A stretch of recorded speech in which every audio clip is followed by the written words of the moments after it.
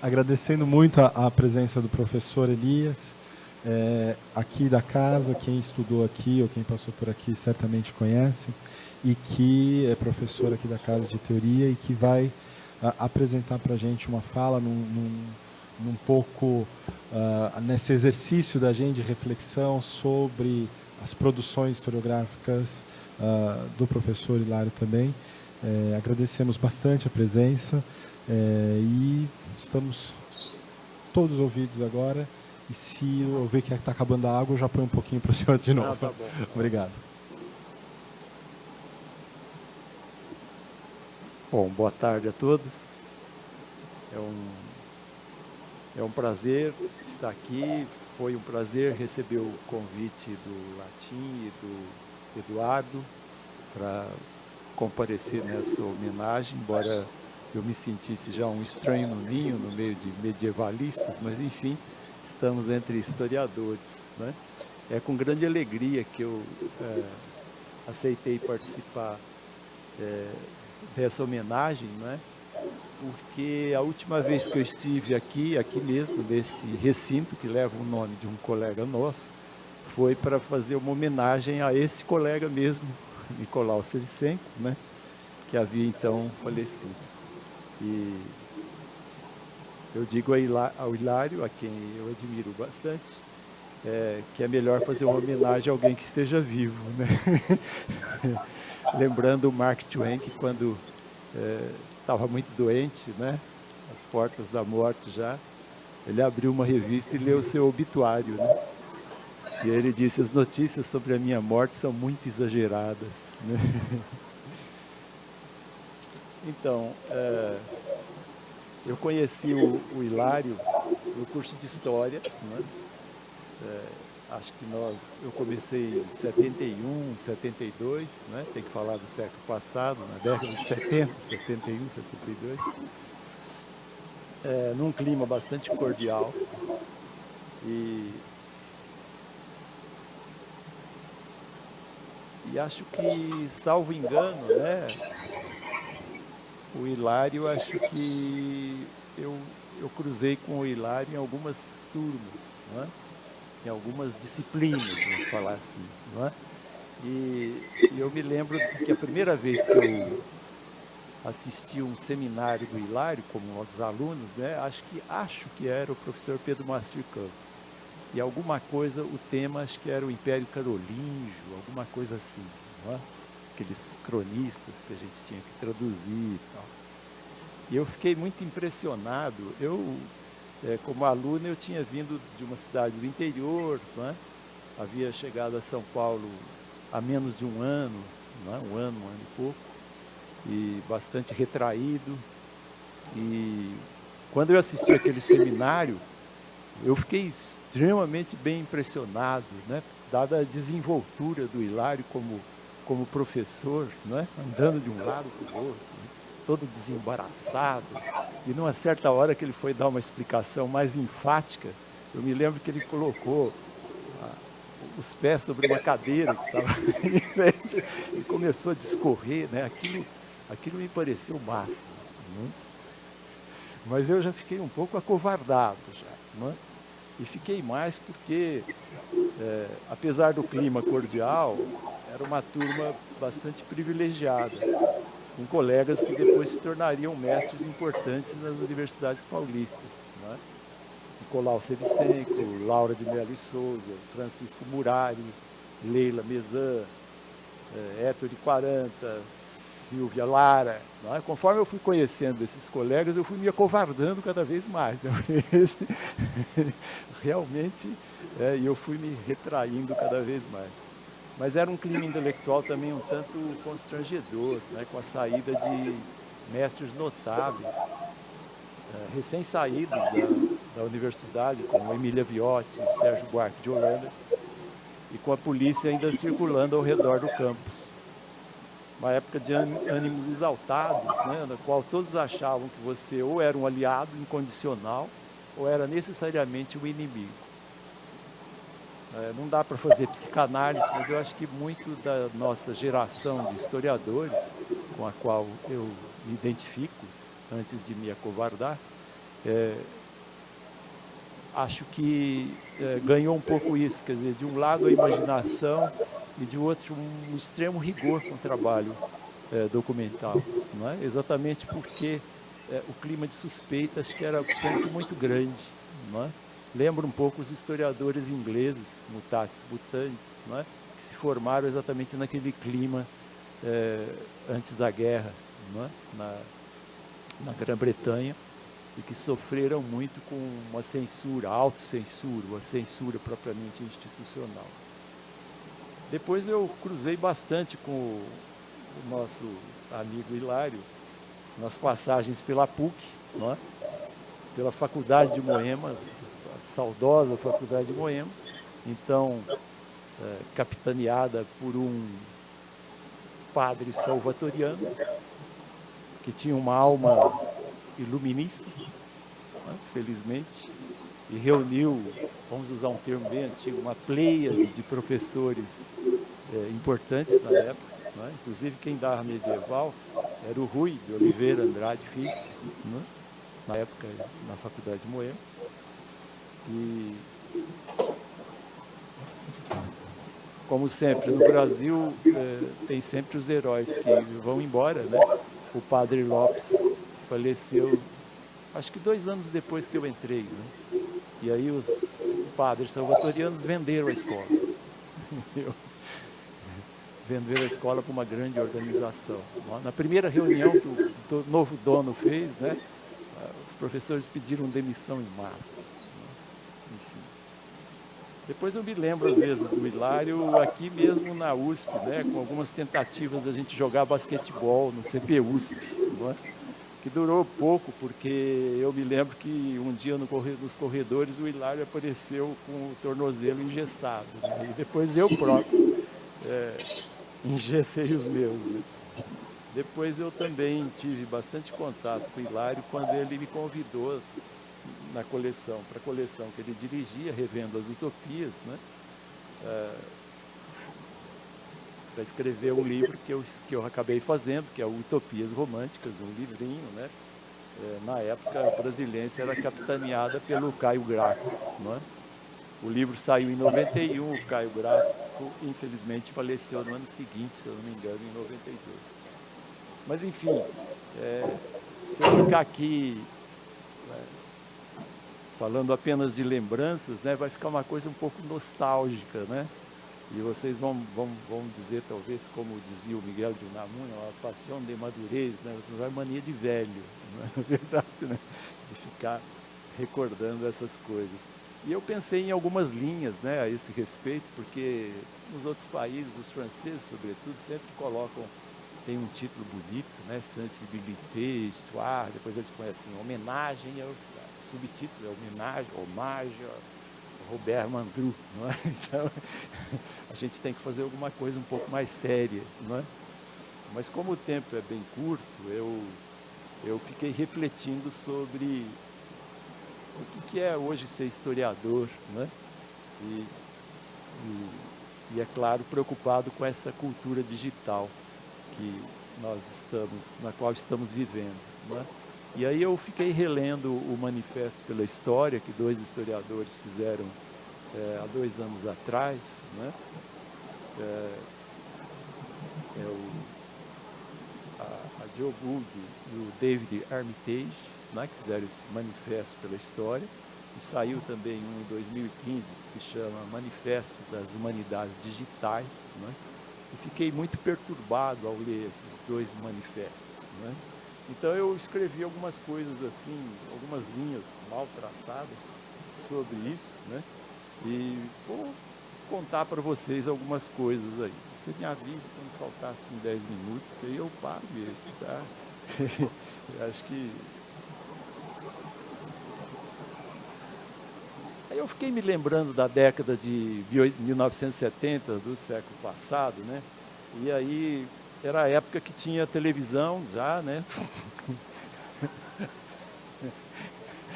Claro, as nossas teses a gente escrevia em máquina de escrever e tal. Eu até tenho um diploma de datilografia e mecanografia que é maior do que todos os outros que eu obtive depois, né?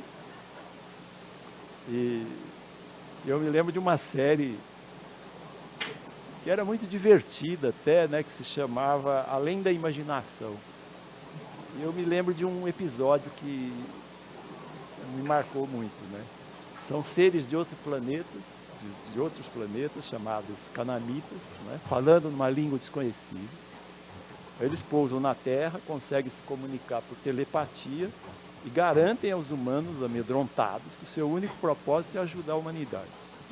E realmente eles melhoram as coisas em todos os campos, sobretudo na agricultura, nos alimentos. E aí dão de presente para os terráqueos um livrinho escrito no idioma canamita, né, do qual os criptógrafos conseguem decifrar só o título, não conseguem chegar ao conteúdo. E o título era Para Servir ao Homem.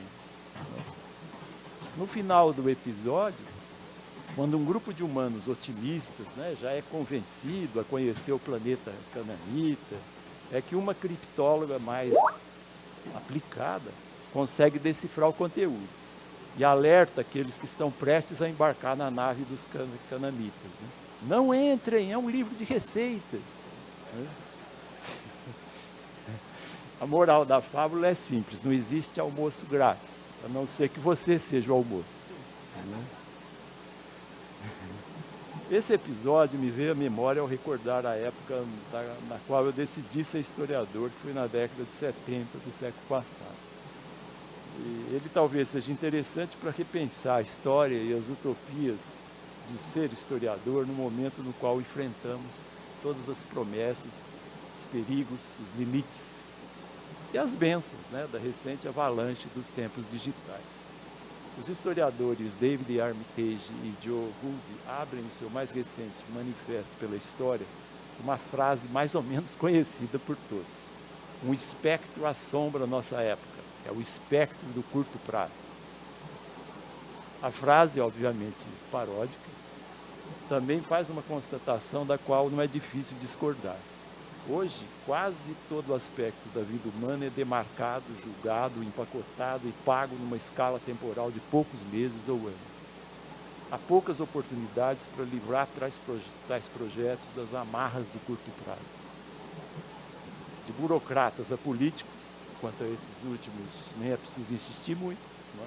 Ninguém parece escapar essa doença do curto prazo, o short-termismo. Há quem diga que o próprio meio digital favorece esse culto da urgência ou essa tirania do instante. Os tempos digitais nos quais estamos todos imersos apenas aprofundaram essa síndrome da presentificação. E também os historiadores parecem atormentados com essa espécie de aceleração presentista, ou seja, aquela que, em vez de apressar o passo do presente rumo ao futuro, procura antecipar o porvir para agora, provocando uma cotidiana sensação de vertigem. Entre muitas, uma das razões que levam uma sociedade a se dar conta de que está passando por uma crise de pensamento de longo prazo é o problema da sobrecarga de informação. Esse fenômeno não é em si mesmo uma novidade. O que é novo é realmente a escala e a velocidade na qual isso se dá. Com efeito, os humanistas europeus do Renascimento já haviam experimentado isso quando novas edições de textos clássicos, por exemplo, novas histórias e novas cronologias, assim como novas informações sobre botânica e a fauna da Ásia, das Américas, ultrapassaram rapidamente a capacidade desses estudiosos para organizar a informação em teorias inclusivas ou em repertório. Na verdade, muitas das nossas ferramentas básicas de busca e recuperação, o índice, a enciclopédia, a bibliografia, tiveram origem nessa primeira época de sobrecarga de informação, quando as sociedades sentiam superada a sua capacidade de sintetizar o passado e prescrutar o futuro. Seja como for, com a crise geral das utopias e a falência geral das nossas sociedades em pensar o seu próprio futuro, aconteceu um retorno à temporalidade de curto prazo e às tarefas políticas mais urgentes. A fragmentação da história ficou visível. Na verdade, nessa crise de curto prazo, nosso mundo precisa encontrar em algum lugar a informação sobre a relação entre o passado e o futuro. Nossa preocupação é o quanto a história, enquanto disciplina e objeto de estudo, pode ser o esteio que falta a essa reflexão sobre o futuro. Ora, as utopias sempre fizeram parte do pensamento do historiador e do pensamento historiográfico, ainda quando não explicitamente formuladas.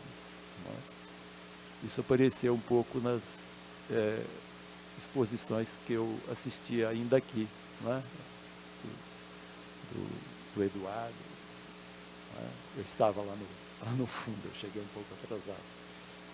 Enfim, as utopias sempre constituíram, por assim dizer, o laboratório imaginativo experimental dos historiadores. Entre muitos, Reinhard Koselleck foi um dos que refletiu sobre essa triangulação do pensamento do historiador entre passado e futuro do passado, ilustrando a conhecida frase do Lervis Namier: os historiadores imaginam o passado e relembram o futuro. Mas tal exercício do pensamento historiográfico, em imaginar temporalidades futuras de longo prazo, é fundamentalmente distinto das formulações utópicas clássicas. Aqui é preciso distinguir as utopias projetistas das utopias iconoclastas. As utopias projetistas descrevem sempre com o máximo de exatidão o ideal da cidade utópica, mas como nunca indicam os meios para se chegar a tal projeto, acabam por transformar o futuro num ícone de verdade que nos aprisiona e nos restringe ao próprio presente. Da mesma maneira que o grande iniciador dessa linhagem, Thomas More, os projetistas acreditam num relato fiel e completo do passado, transferindo essa crença ingênua na direção de um futuro pleno de sentido e totalmente delineado. Acabam por enredar-se num sistema lógico fechado, que postula as leis da história e acaba por conduzir aos totalitarismos de todas as espécies. Já as utopias iconoclastas fazem jus ao nome. Seguindo a tradição judaica, que proíbe representar Deus, elas se recusam também a delinear o futuro através de uma imagem. O poeta Paul Celan, que sobreviveu a um campo de concentração nazista e se suicidou aos 49 anos, sublinhou a seguinte frase do Talmud: aquele que pronunciar o nome perderá a sua parte no mundo futuro. Algo parecido está também definido no Êxodo, quando este se refere à proibição bíblica em relação aos ídolos. Não farás para ti ídolos, nem lhe prestará culto. O clássico dos iconoclastas judeus é o Espírito da Utopia, do Ernest Bloch, escrito em 1918. Um livro que ataca a tirania das imagens, explorando a interioridade, a música e a alma. O futuro não pode e não deve ser descrito concretamente. Ele só pode ser abordado por meio de pistas e parábolas. E quase que poderíamos dizer, é possível ouvir o futuro, mas não vê-lo. Nesse sentido, podemos dizer que quando o historiador imagina o futuro, ele o faz como utopista iconoclasta e não como utopista projetista. Mesmo porque esse retorno a um pensamento utópico não significa nenhuma volta nostálgica às utopias, ao estilo das utopias românticas, aquelas que eu descrevi num livrinho na coleção dirigida pelo mesmo Hilário, mas como uma espécie de antídoto contra o pensamento de curto prazo que nos afeta a todos nesses tempos digitais. Para nós, portanto, todo historiador, ainda que não declare explicitamente, é um utopista iconoclasta. Acho que Hilário Franco é um deles, e que me desculpe a ousadia. Aqui deveria analisar com mais detalhe os seus trabalhos, mas até os seus dois trabalhos que eu mais conheço, Cocanha, a História de um País Imaginário, e os Ensaios de Mitologia Medieval, contidos em Os Três Dedos de Adão. Mas como um remédio para a atual doença do curto prazo, o manifesto pela história dos dois historiadores citados, Gould, a historiadora, Joe Gould, e o historiador David Armitage, eles propõem um retorno a longa duração. Mas não se trata de um retorno a longa duração ao estilo Fernand Braudel, mas de um retorno que pressupõe a utilização dos instrumentos postos à disposição do historiador no Big Data contemporâneo.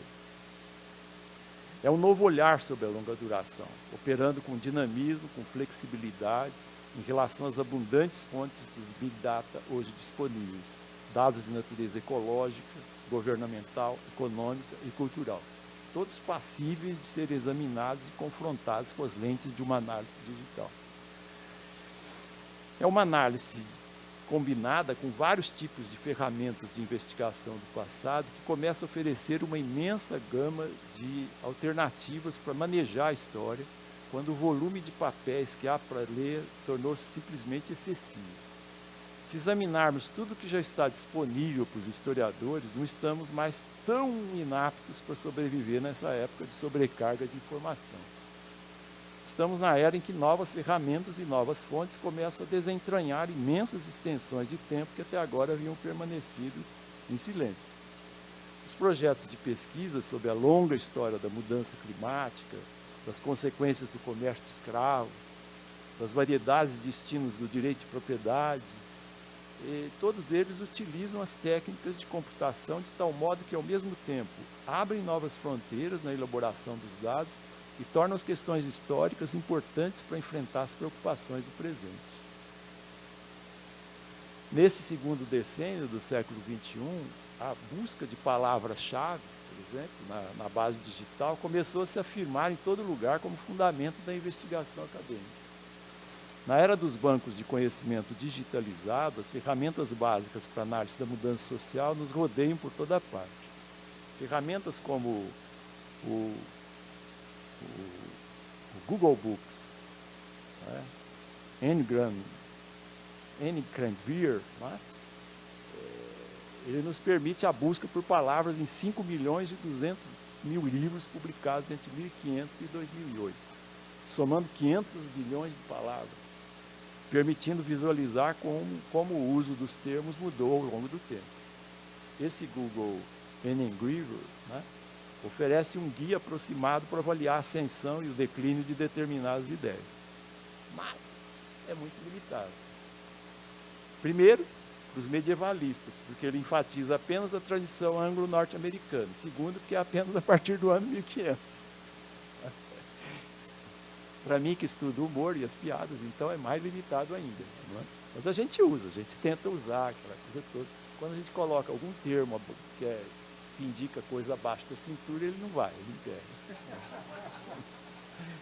Já o paper machine, não é? Que é coordenado pela historiadora Jo Gould, é diferente. Ele opera com recompilações de textos configurados autonomamente pelos pesquisadores individuais, quer extraídos de fontes digitais, como diários e conversações pela internet em tempo real, quer escaneados e guardados mediante o reconhecimento óptico de caracteres de fontes de papel. A aplicação do paper machine a coleções de textos permite aos estudiosos acumular hipóteses sobre padrões de longa duração que influenciaram ideias, indivíduos, categorias profissionais. Tá? Com essa medição comparativa de tendências, ideias e instituições no curso do tempo, os estudiosos estarão em condições de aceder a uma coleção de textos muito mais extensa que o habitual. E aí outras ferramentas similares, né, que as novas gerações de historiadores já estão usando. Não é? Críticos literários como Franco Moretti, né, têm colaborado, inclusive, com empresas para produzir softwares, né, softwares para leitura à distância. Né? Ele fez, inclusive, um livro sobre isso que se chama A Literatura Vista de Longe. Né? Então, com mapas, então, a situação ficou mais fácil para o historiador, porque ele pode trabalhar com mapas que superpõem as décadas, não é? Quando não séculos, de rotas de comércio internacional, crescimento da população, precipitações pluviais, condições meteorológicas. Dá para folhear um atlas inteiro do comércio internacional de escravos, baseado num dos grandes projetos digitais sobre a longa duração, que é o Transatlantic Slave Trade Database, que acumula informação sobre cerca de 35 mil viagens realizadas entre os séculos XVI e XIX para transportar mais de 12 milhões de pessoas escravizadas. Se a gente usa o Google Earth, a gente pode separar as transparências realizadas a partir de mapas dos séculos XVI ou XIX que mostram o crescimento de algumas cidades. Então, os dados que constituem a base do trabalho do historiador hoje são, em algumas áreas, abundantes. Aí vem o lado que não é tão bom assim, não é? Que é o do almoço grátis, né? O Google Earth oferece aos historiadores um grau de interação inimaginável em mapas, atlas impressos, não é? Levando a uma radical reavaliação do Estatuto dos Mapas. Mas a história desse artefato, não é? E aí vem a posição nossa, né, dos historiadores nessa era digital. Os historiadores estão lá, eles são os principais artífices dos metadados, não é? Esse aqui é o meu. Tá. Tá, já está valendo, tá bom. Em 1970, da nossa geração, o geógrafo Waldo Tobler, numa frase famosa, ele definiu o que chamou a primeira lei da geografia. Tudo está relacionado com tudo, mas coisas próximas estão mais relacionadas do que coisas distantes. Esse reconhecimento do fato de que desde Ptolomeu a geografia sempre foi egocêntrica, tornou-se o lema de todos os aplicativos. E é a ferramenta do Google que funciona assim. Porque quando a gente entra no aplicativo, a primeira coisa que nos pede é para fornecer a nossa própria localização. Sem isso, nada feito, a coisa emperra. Não é? E aí começa um comércio eletrônico enorme, um leilão global, incessante, milionário de venda de torrentes e dados sobre gostos, perfis, etc. O Maurício Ferraris, um especialista italiano nessa área da crítica informática, ele mesmo diz, hoje a mais-valia absoluta somos nós mesmos. Nós é que somos a mercadoria. Muitos argumentam que a capacidade da empresa de salvar o histórico de busca dos indivíduos e dos pesquisadores representa uma violação da sua privacidade. O problema aí é que a empresa nunca revela as fontes dos quais seus tecnólogos geoespaciais, não são mais cartógrafos, retiram dados e imagens. Além de violar princípios de direitos autorais, deixam sem resposta a velha histórica pergunta que a gente fazia desde a época da graduação. Quem decide o que é incluído ou não no mapa? E a história dos mapas nunca conheceu anteriormente a possibilidade de um monopólio de informações geográficas valiosas cair nas mãos de uma única empresa. Defensores entusiastas confiam no teor democrático das milhares de interações disponíveis aos internautas. Mas a pergunta que a gente faz é até que ponto uma empresa só conseguirá equilibrar suas aspirações de enorme rentabilidade com seus ideais supostamente democráticos. Essa é uma história que ainda está por ser escrita. Agora, a própria empresa, por exemplo, a Google, considerou que a habilidade para captar tendências nos acontecimentos, encontrando correlações e conexões, que é o terreno da competência da história tradicional. Eles acham que é uma perspectiva tão valiosa que o investimento inicial deles, em 2016, nesse setor, segundo foi informado, chegou a 8 bilhões de dólares. Só que, segundo consta, a empresa não chamou nenhum historiador para trabalhar nessa tarefa. Estamos aguardando. De qualquer forma, nessa avalanche de fontes saturadas, muitos dos dilemas sobre que dados ter em conta são questões éticas que os historiadores já conhecem e têm muito a oferecer. O mais trivial trabalho do historiador, nessa época áurea da mídia morta, é criar e insistir no registro de metadados dos arquivos digitais. Mas há desafios mais complexos, não é? As ferramentas particulares da história para avaliar criticamente os dados são variadas e visam mostrar como a orientação de uma instituição influencia os dados, refletir sobre a origem dos dados, comparar diferentes tipos de dados, resistir à poderosa atração das mitologias e compreender que há diferentes tipos de causas. Ou seja, sem as teorias dos historiadores sobre a múltipla causalidade, o pensamento complexo, o fundamentalismo e o dogmatismo vão prevalecer, o que já parece que está ocorrendo em larga escala. Nessa empobrecida compreensão da história, dificilmente se poderia imaginar algo mais do que distopias incertas. E aí vem o ceticismo dos historiadores, esses utopistas iconoclastas. É isso que pode apartar-nos de tantos fomentadores de fundamentalismos que ameaçam o futuro de uma sociedade aberta e justa. É o que esperamos. Mas como na história dos Canamanitas, esperamos que não seja tarde demais. Obrigado.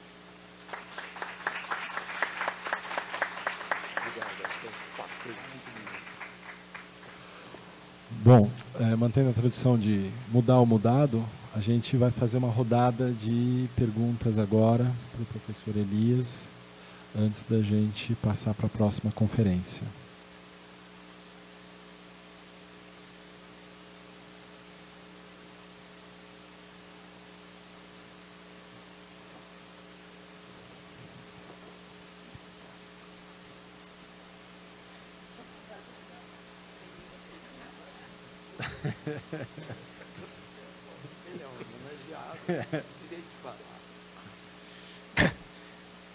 Oi, Elias, foi muito bom te rever e te ouvir novamente, sempre instigando, colocando aí ideias muito interessantes.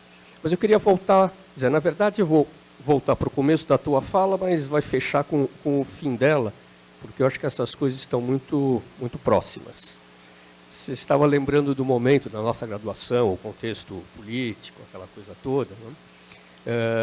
E talvez pudesse se traçar certos paralelos com o momento atual, ainda que eu acho que aquele nosso momento era mais complicado, pelo menos até agora. Não sabemos o presente como vai evoluir. Tá? Mas, enfim, digamos que são momentos semelhantemente complicados ou delicados. Tá? Mas, por outro lado, eu não sei se a nossa turma ou várias disciplinas que fizemos juntos com todos esses colegas que você lembrou, digamos que estivesse um pouco acima da média, né? Mas concretamente existiu. Essa turma existiu e está aí, né? Felizmente existindo e produzindo até hoje. Né? Isso eu acho que não sei se é muita pretensão de velho, mas não tem muito paralelo com o que eu vejo ou ouço dizer que existe hoje. Somos ambos complicados, aquela época e o presente. Mas, intelectualmente, talvez a nossa época tivesse algumas vantagens em relação ao que está ocorrendo hoje. É uma hipótese, tá? Até porque eu não tenho a amostragem suficiente sobre tudo isso. Mas essa hipótese que me parece plausível, né, talvez tenha explicação não no arbítrio do destino, de repente reuniu-se lá um grupo de pessoas que conseguiram fazer alguma coisa, né, mas talvez tenha a ver com essa ditadura do curto prazo. Né.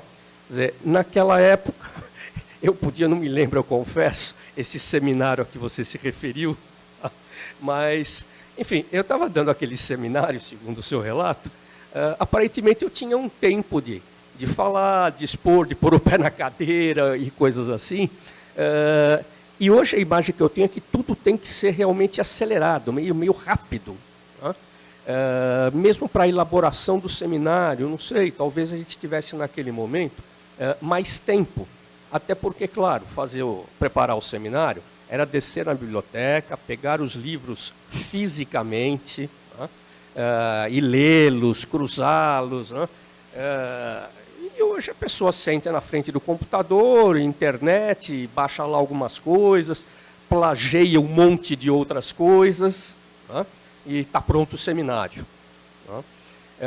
Então tem essa demanda acelerada do presente que... Apesar da aparente maravilha de que os dados estão aí à nossa disposição, né, eu acho que empobrece muito o trabalho da reflexão, da maturação. Né. O bom trabalho intelectual não me parece que se consiga com a grande quantidade de dados. É importante termos os dados, é importante termos o material, mas se não soubermos parar e refletir em cima deles, dormir com eles, né, incorporá-los, né, não vai sair coisa consistente. Né. Então, eu acho que o teu diagnóstico final, de alguma forma, confirma o seu relato inicial. E, de qualquer maneira, é alguma coisa, claro, muito mais complexa do que isso que eu estou falando agora, mas que talvez também mereça ser pensado. Não? E obrigado por ter aberto essa pista aí de reflexão para todos nós. Tá? Mais, talvez, para os alunos ou para os colegas mais jovens do que para nós. Não? Obrigado. Eu também compartilho das suas preocupações e acho que também não são só os dados, mas eu fico com receio de apresentar uma coisa muito reativa, sabe? É uma coisa de velho. A internet é superficial, não é? Tem a extensão de uma galáxia, a profundidade de um dedo, né? Então eu quis fazer uma coisa mais proativa, até porque os cursos a gente muda muito. Acho que a universidade tem que produzir conhecimento novo, né? E eu não dou mais um curso de teoria da história com os clássicos. Não é? Eu pego os conceitos clássicos e tento revê-los à luz do impacto do mundo digital. Então, como é que fica tudo isso? Não é? Mas realmente, se a gente não considerar isso, né, é preciso considerar com tudo de forma atenuada. Agora, realmente, na nossa época, não é? Aí vai a nostalgia, né? Eu não queria só ficar, mas realmente a intensidade, né, a raridade do trabalho, não é? Eu me lembro do Nicolau Sevicenko, ele ia traduzir um texto que estava em latim arcaico, acho que era o Pedro Maciel que dava, ou em francês arcaico, uma coisa assim, né? Aí ele descia na biblioteca, era a Hermínia a bibliotecária. Se não me engano, era aqui mesmo, nesse espaço, isso já foi reformulado, né? Aí ele colocava todos os dicionários, uma meia dúzia de dicionários, e abria nas mesmas palavras, né? E ficava olhando de pé, um cada um, e fazendo anotações, né? Aquilo é uma coisa assim extraordinária que a gente não vê hoje, né? Hoje o Ctrl+C, Ctrl+V é que domina tudo. E o autor mais citado é aquele senhor www, né? Que a gente não consegue mais encontrar, né? Essa página não existe mais, não é? Esse problema forte da referência, não é? Enfim, temos que lembrar desse conselho do episódio dos cananitas, não é? Não existe almoço grátis, a não ser que a gente seja o almoço.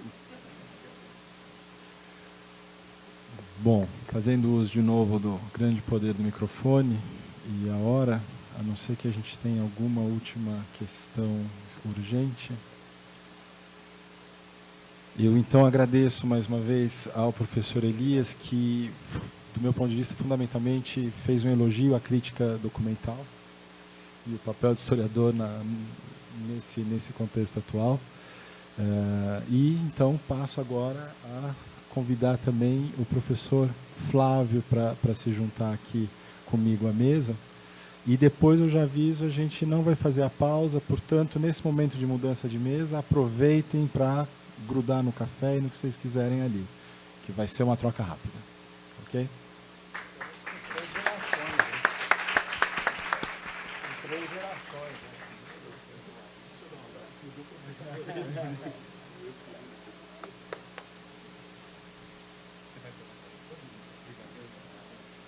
Não? Tem umas fotos do ar aqui.